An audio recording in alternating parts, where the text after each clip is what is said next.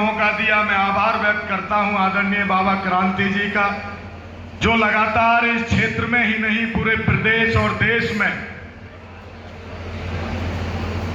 एक बहुत बेहतर तरीके से प्रयास कर रहे हैं कि आखिर किस तरीके से हिंदू एक मंच पर आकर के अपना और अपने क्षेत्र, अपने प्रदेश और देशवासियों का उद्धार कर सके। साथियों, मंच पर आसीन आज के सभी मुख्य अतिथिगण, सामने बैठे हमारे आदरणीय प्रमोद राज जी, आदरणीय बीना भाटी जी, मेघराज एडवोकेट साहब, आदरणीय विजय प्रधान जी, अनिल भाटी जी, मुकेश भाटी जी, वीरेंद्र भाटी जी, हरिओम भाटी जी और समस्त हमारे साथीगण।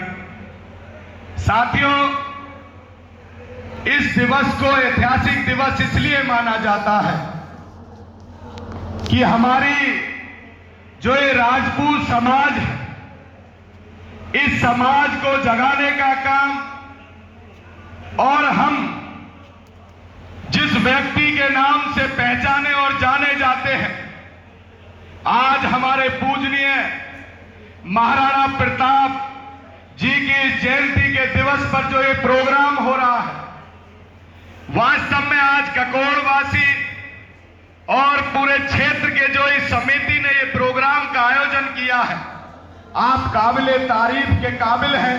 एक बार जोरदार तालियों समिति के सदस्यों का उद्बोधन करें।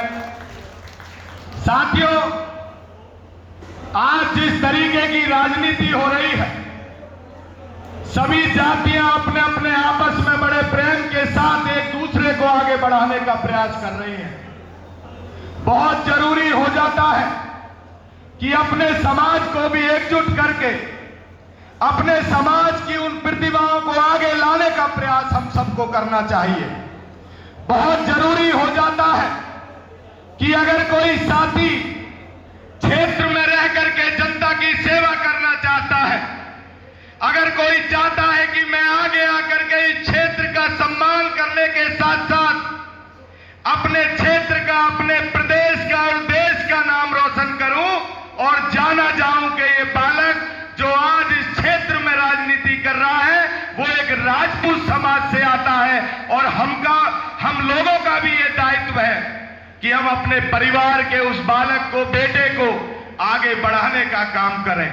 साथियों, आज महाराणा प्रताप जी की इस जयंती के उपलक्ष्य में इस प्रोग्राम पर मैं दो शब्द कहकर के अपनी बात को समाप्त करूंगा।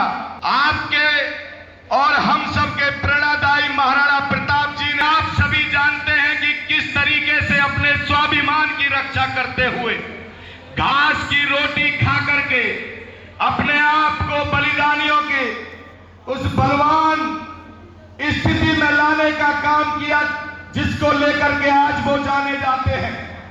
उन्होंने कहा कि जब तक तन में प्राण लड़ेगा, जब तक तन में प्राण लड़ेगा, जब तक तन में प्राण रहेगा, तन भर चैन न लेगा, और सूर्य चंद्रमा टल जाएगा पर व्रत उसका नहीं टलेगा। एक दुश्मन की बेटी को अपने पास में रख करके हमें उनसे भी सीख लेनी चाहिए। एक दुश्मन की बेटी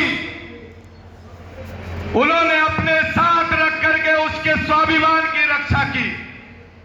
वो नारी जाति की कैसे सम्मान करता है राजपूत समाज, उन्होंने बताया, और उन्होंने कहा कि अरी की कन्या को भी उसने रख पुत्री वतवन में और एक नया आदर प्रतिष्ठित किया वीर जीवन में।